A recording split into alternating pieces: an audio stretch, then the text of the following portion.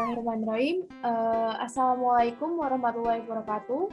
Selamat pagi, siang, sore, dan malam pada Ibu Profesor Wardani dan Ibu Profesor Sri Susilowati. Perkenalkan, kami dari kelompok 9 akan memaparkan hasil peer teaching kelompok kami, yang mana kami akan membahas mengenai bab polimer pada kelas 12 semester 2. Adapun anggota kelompok kami terdiri dari Amroni Rosyada, Dian Fitrianingsih, Wilujeng Sesa Putri Asari, Akhtar Rahmatul Bariyah, dan Sri Wulandari. Di sini kami membagi menjadi beberapa peran. Untuk peran guru 1 dan guru 2 diperankan oleh saudari Amroni Rosyada dan saudari Sri Wulandari sebagai guru 2. Kemudian untuk murid 1 yaitu saya sendiri, Wilujeng Sesa Putri Asari. Untuk murid 2 itu ada Akhtar Rahmatul Bariyah dan murid 3 ada Dian Fitrianingsih. Sekian perkenalan dari kelompok kami. Selamat menyaksikan video peer teaching dari kelompok kami. Terima kasih.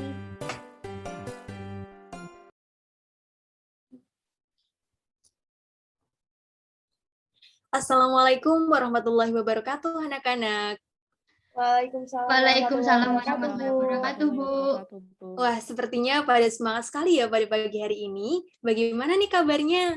Alhamdulillah baik, Bu. Ibu gimana kabarnya? Alhamdulillah baik juga.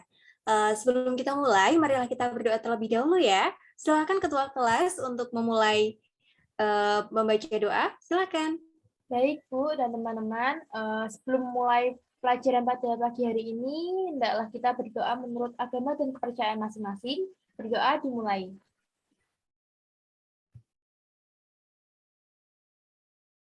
Amin. Selesai. Saya kembalikan Terima lagi ke kasih. Ibu. Iya, sama-sama, Bu. Oke, hari ini siapa nih yang tidak masuk kelas? Minta tolong Ibu dibantu cek ya. Baik, Bu.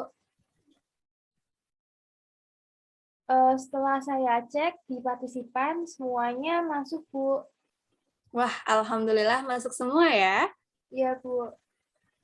Baik anak-anak, adakah yang tahu materi apa yang akan kita pelajari pada pagi hari ini? Materi yang akan dibahas pada pagi hari ini polimer, Bu. Apakah benar? Yup, benar sekali. Pagi hari ini kita akan mempelajari materi tentang polimer. Oke, sekarang Ibu mau tanya nih sama kalian tentang tugas mempelajari materi prasyarat kemarin. Ada yang mau menjelaskan definisi apa itu polimer? Saya, Bu. Boleh? Menurut literatur yang saya baca, polimer adalah suatu molekul yang terbentuk dari bergabungnya molekul-molekul sederhana yang disebut monomer dan melalui proses yang disebut polimerisasi. Wah, bagus sekali nih jawaban Ahdah. Berikan aplaus yuk, teman-teman. Oke, baik anak-anak. Ibu mulai ya pembelajaran kita pada pagi hari ini. Namun, Ibu akan membacakan tujuan pembelajaran kita pada pagi hari ini. Yang pertama, peserta didik mampu mengamati objek atau gambarnya yang mengandung polimer. Misalnya tali-tali plastik, paralon, teflon, tempat minum, dan makanan dari styrofoam, karpet dari polimer orlon, lensa kacamata dari plexiglass, dan fitting lampu dari bakelit melalui studi literatur dengan cermat. Yang kedua, peserta didik mampu menjelaskan proses bagaimana beberapa jenis molekul dapat bergabung menghasilkan suatu makromolekul melalui studi literatur dengan teliti. Yang ketiga, peserta didik mampu menganalisis pembentukan polimerisasi adisi dan polimerisasi kondensasi melalui diskusi kelompok. Yang keempat, peserta didik mampu menganalisis nama monomer, jenis polimerisasi, nama polimer yang terbentuk, sifat dan kegunaannya dalam kehidupan sehari-hari. Dan yang terakhir, peserta didik mampu menganalisis dampak penggunaan polimer sintesis dalam kehidupan dan melalui studi dengan cermat. Baik anak-anak, sekarang coba perhatikan slide ini baik-baik. Baik, Bu. Sebentar ya, masih proses. Ya. Oke, silakan ada yang mau menjawab? Ya. Gambar di sini apa nih? Botol plastik, plastik, Bu. Bu. Yup, benar banget. Nah, kaitannya gambar ini dengan materi kita pada pagi hari ini apa nih? Ada yang tahu? Botol plastik merupakan salah satu contoh polimer, Bu. Yup, benar sekali. Adakah yang mau memberi contoh polimer di sekitar kalian? Saya Bu, di sekitar saya ini terdapat karet gelang Bu. Apakah karet gelang termasuk polimer Bu? Yup, betul-betul. Ada lagi? Itu nasi, Bu. Ah, ya benar. Pintar sekali. Pasti kalian sudah belajar ya tadi malam? Alhamdulillah Bu. Baik, Ibu akan menjelaskan secara singkat materi polimer dan dimohon untuk simak baik-baik ya. Baik Bu. Bu. Guru menjelaskan bahan ajar. Baik, Ibu rasa pemaparan mengenai polimer sudah cukup ya. Sekarang kalian coba buka LKPD yang sudah Ibu kirimkan ke WhatsApp grup semalam. Baik Bu. Coba kalian perhatikan pada halaman 6, setelah selesai membaca, coba menjawab pertanyaan pada halaman 6 itu.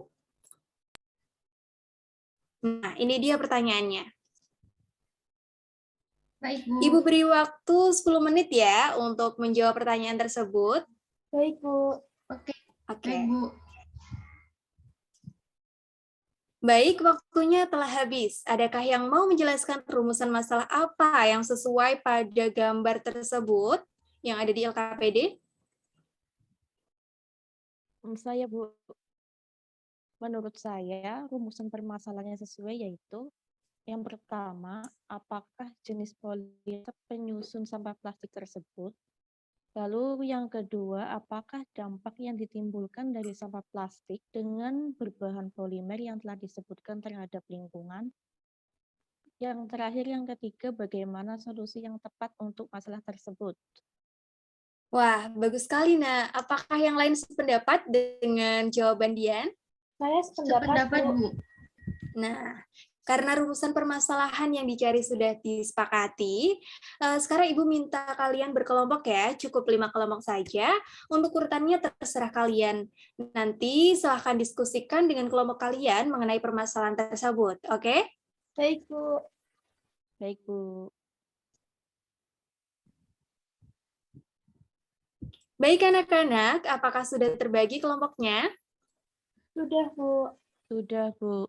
Oke, sip. Sekarang silakan kalian buka LKPD kalian halaman 9 dan perhatikan baik-baik perintahnya. Baik, Bu. Baik, Bu. Karena kalian tadi sudah menemukan rumusan masalah yang tepat, bersama dengan kelompok kalian, silahkan cari sumber penyelesaian masalah tersebut dari internet. Kemudian tuliskan pada tabel yang Baik, Bu. Oke, jika sudah, silahkan kalian simak halaman berikutnya ya. Terdapat link video YouTube mengenai proses pembuatan polimer. Cermati baik-baik video tersebut, lalu jawablah pertanyaan dengan seksama. Apakah paham, Nak? Paham Bu. Paham, Bu. Baik, Ibu beri waktu 15 menit dimulai dari sekarang. Baik, Bu.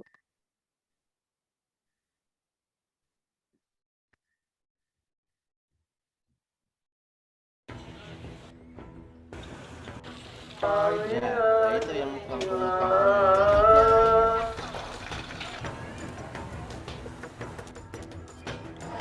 Banyak Mas.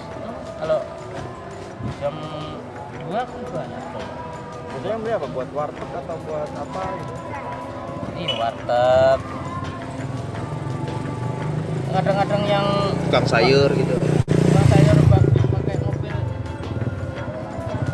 mewah-mewah gitu, belinya ya kayak gini Mas.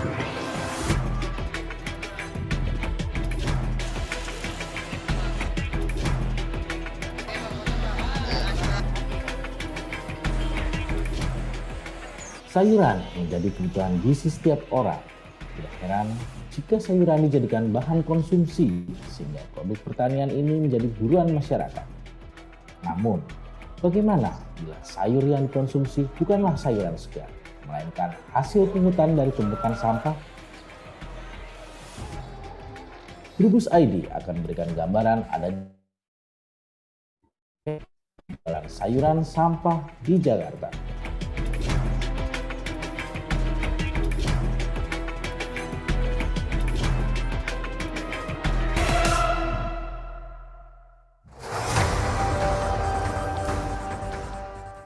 Jakarta dengan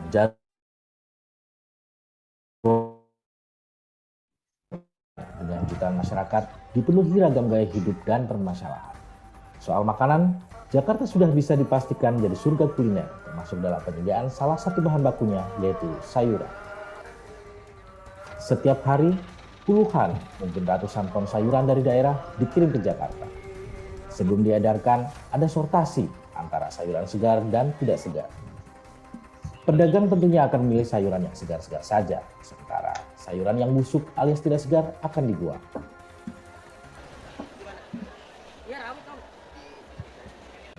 Dipilih yang busuk-busuknya dibuang, nggak laku.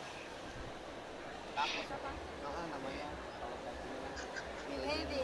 Lagi dibersihin. Pilih dulu. Oh, yang foto tuh Pak, kira-kira barang ini kan dipilih dulu.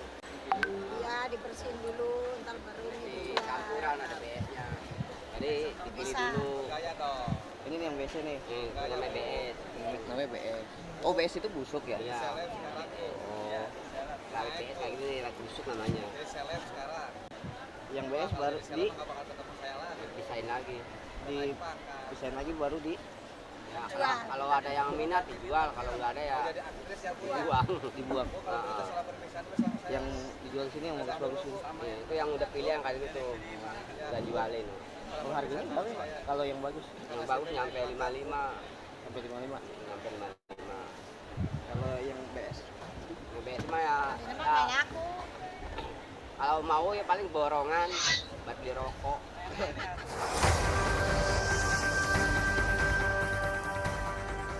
Tapi fenomena di lapangan berkata lain. Tim Trubus ID melihat ada sejumlah orang yang berkutat di antara tumpukan sampah. Awalnya kami berpikir mereka adalah petugas kebersihan. Namun, saat kami berbincang, pengakuan mengejutkan itu pun muncul. Udah berapa lama Pak ngambilin ini Pak? Udah berapa lama? 10 tahun. Tinggal? Ini tiap hari Pak ngambilin Pak? Iya. Buat bawang doang atau? Ya macam-macam. Sayur juga?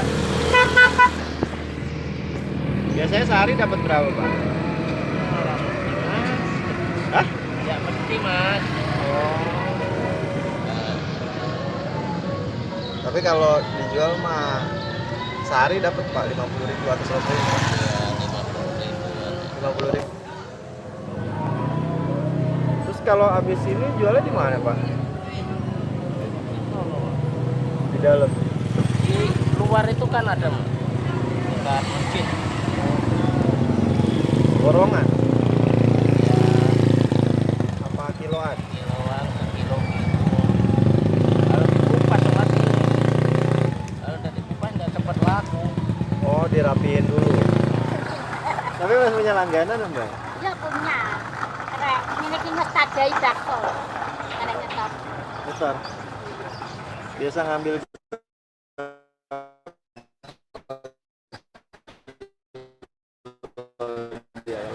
Orang kelonan mas, cuma apa? Borongan. burungnya masak.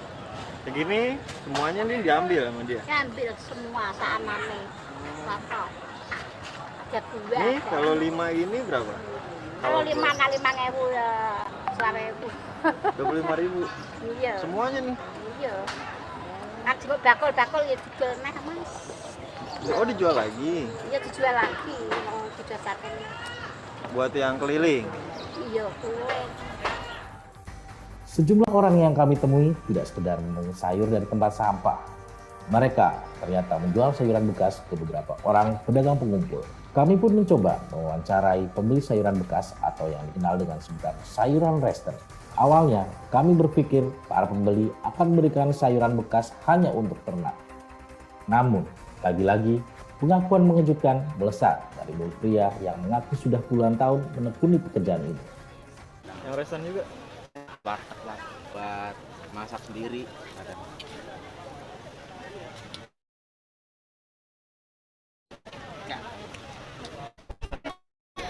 Biar langsung habis ya? Ya, yang iketan ikat goceng. Oh, itu. Ya, itu yang tukang Laku juga tuh, Bang. Iya, Masih laku juga. kalau dirawatin ya masih Banyak gitu yang beli. banyak. Ya, itu yang beli yang jalan-jalan. Melihat fenomena itu, kami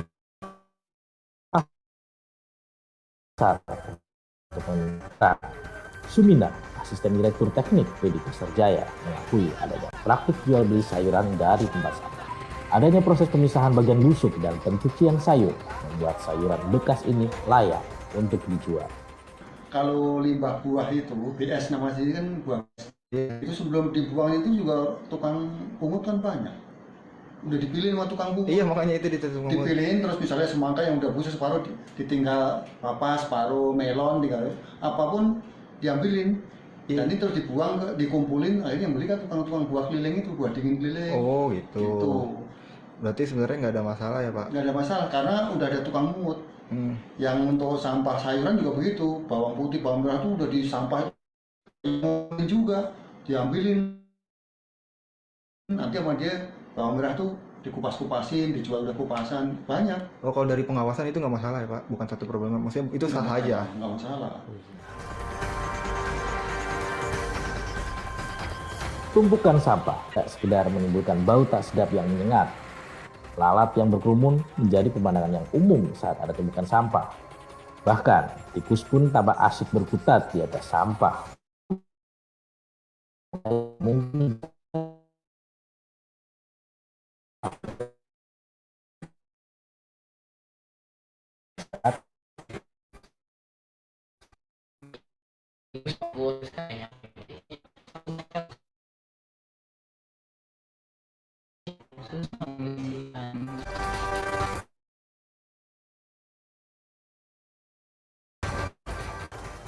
dilematis. Misalkan ekonomi menciptakan tatanan profesi pemulung sayuran.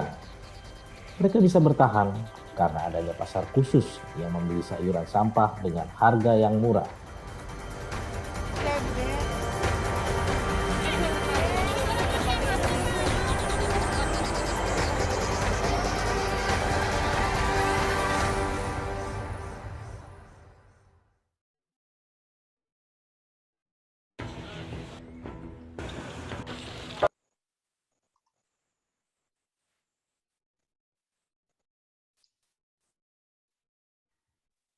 Oke anak-anak, waktu diskusinya sudah cukup ya. Sekarang persiapkan hasil diskusi kalian yang nantinya akan dipresentasikan. Untuk urutannya biar adil akan Ibu undi. Baik, Bu, setuju. Nah, setelah Ibu undi, untuk presentasi awal mengenai penyelesaian masalah dengan urutan maju pertama yaitu kelompok 3. Silahkan kelompok 3 dipersiapkan hasil diskusinya. Teman-teman yang lain harap diperhatikan ya. Baik, Bu. Baik, Bu. Baik, Bu. Izin masuk, Bu. Perkenalkan, saya Wilujeng Sesa dari perwakilan kelompok 3. Sebelumnya terima kasih atas kesempatannya, Bu dan teman-teman. Kami izin memaparkan hasil diskusi kami ya. Baik, berdasarkan hasil diskusi kami, berikut adalah jawaban dari penyelesaian masalah yang pertama. Yang pertama yaitu jenis polimer penyusun sampah plastik, yaitu polimer sintetis. Yang kedua, dampak yang ditimbulkan dari sampah plastik terhadap lingkungan yaitu akan menyebabkan pencemaran air, tanah, laut, dan udara. Contoh nyatanya adalah sebagai berikut. Yang pertama itu racun-racun dari partikel plastik yang masuk ke dalam tanah akan membunuh hewan-hewan pengurai dalam tanah seperti cacing. Yang kedua, PCB yang tidak dapat terurai meskipun termakan oleh binatang maupun tanaman akan menjadi racun berantai sesuai urutan rantai makanan. Yang ketiga, kantong plastik akan mengganggu jalur air yang teresap ke dalam tanah. Yang keempat, menurunkan kesuburan tanah karena plastik menghalangi sirkulasi udara di dalam tanah dan ruang gerak makhluk hidup di bawah tanah yang mampu menyuburkan tanah. Yang kelima, kantong plastik ini sukar diurai karena mempunyai umur yang panjang, kemudian sifatnya yang ringan, akan mudah diterbangkan angin hingga ke laut. Kemudian yang terakhir ini, hewan-hewan dapat terjerat dalam tumpukan plastik.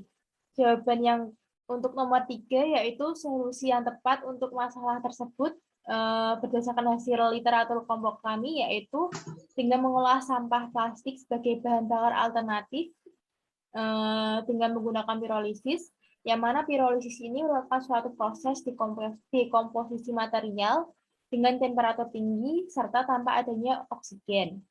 Nah, demikian Ibu dan teman-teman yang dapat kami sampaikan. Mohon maaf apabila terdapat kesalahan. Kami mohon koreksinya ya Bu dan teman-teman. Terima kasih, saya kembalikan lagi ke Ibu. Oke, terima kasih kelompok 3. Nanti akan Ibu koreksi di akhir ya. Dari teman-teman yang lain, apakah ada yang kurang setuju dengan jawaban dari kelompok 3? Jawaban kami hampir mirip dengan kelompok 3, Bu. Oke, berarti sudah sangat jelas ya perintah tugasnya. Iya, Bu. Sudah jelas, Iya, Pak. Bu. Nah, sekarang pemaparan mengenai soal yang ada pada video yang telah kita cermati tadi. Untuk giliran maju sekarang yaitu kelompok 5. Silahkan kelompok 5 memaparkan hasil diskusinya. Baik, Bu. Terima kasih atas kesempatannya. Saya ada sebagai perwakilan dari kelompok 5. Berdasarkan hasil diskusi kami, berikut ini jawabannya. Mengenai soal nomor 1, tentang jenis polimer yang terdapat pada sayur ini, kelompok kami menjawab polimer alam yaitu selulosa.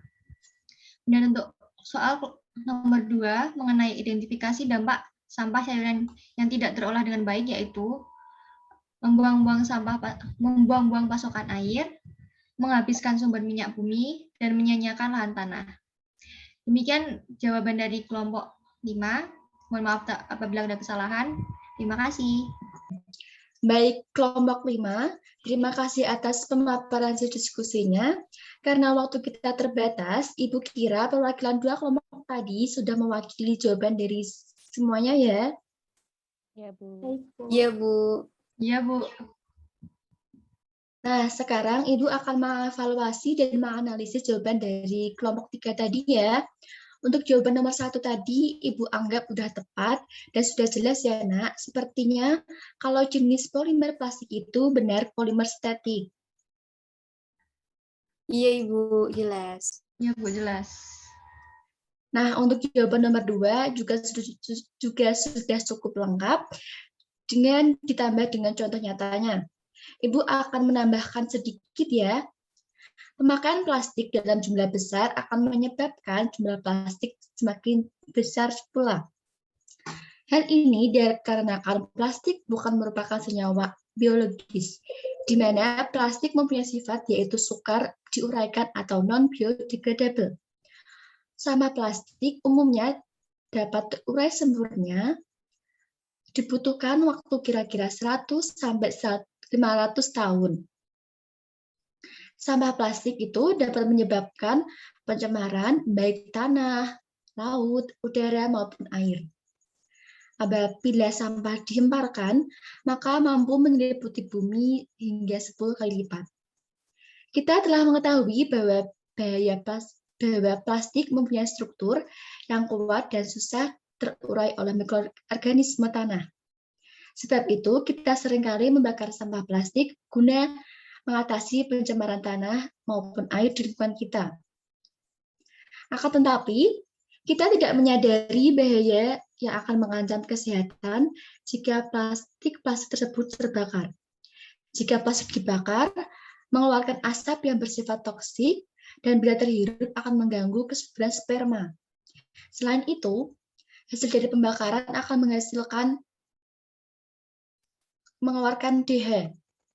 Itu adalah hasil dari pembakaran PVC, di mana DH itu merupakan zat yang akan menyebabkan gangguan keseimbangan hormon estrogen pada manusia dan menyebabkan bayi-bayi lahir dalam kondisi cacat karena mengalami kerusakan kromosom.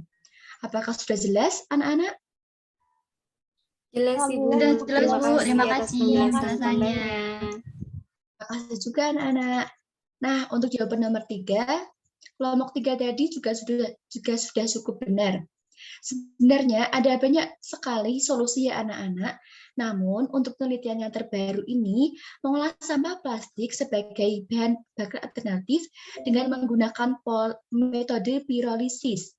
Metode ini dapat menghasilkan gas pembakaran di mana berguna dan aman untuk lingkungan. Selain itu, metode pirolisis ini dapat memecah hidrokarbon rantai panjang dari polimer plastik menjadi rantai hidrokarbon pendek. Selanjutnya, molekul-molekul ini akan didinginkan menjadi fase cair.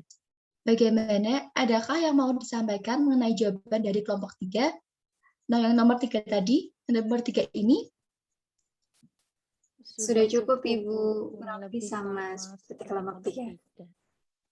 Penjelasan Ibu Baik, kalau begitu terima kasih kembali, Nak. Sama-sama, Bu. Oke, sekarang kita akan membahas jawaban pemecahan masalah dari mencermati video ya. Jawaban nomor 1 tadi sudah cukup jelas, yaitu jawaban polimer alami, selulosa. Nah, jawaban nomor 2 tadi juga sudah cukup bagus mengenai penjelasan dari kelompok 5. Ibu akan menambah sedikit ya. Sampah plastik yang tidak dikelola dengan baik akan menjadi sumber pencemaran baik lingkungan dan sumber penyakit yang sangat merugikan bagi kehidupan manusia.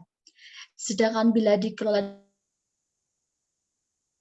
sumber ekonomi bagi masyarakat. Salah satunya yaitu dengan memanfaatkan sampah tadi menjadi kompos ya anak-anak. Bisa dipahami? Bisa Ibu. Dipahami, Bu. Baik anak-anak, sebelum kita mengakhiri pembelajaran kita kali ini, Ibu minta kalian untuk membuat resume dengan semenarik mungkin dan sekreatif mungkin mengenai pembelajaran kita pada hari ini. Bagi yang membuatnya secara menarik dan kreatif, akan Ibu kasih reward pada minggu depan. Jadi kerjakan dengan sungguh-sungguh dan senang hati ya. Siap, Bu. Ya, Bu. Siap. Nah, karena kita udah di penghujung pertemuan, marilah kita berdoa terlebih dahulu menurut agama dan kepercayaan masing-masing. Berdoa dimulai.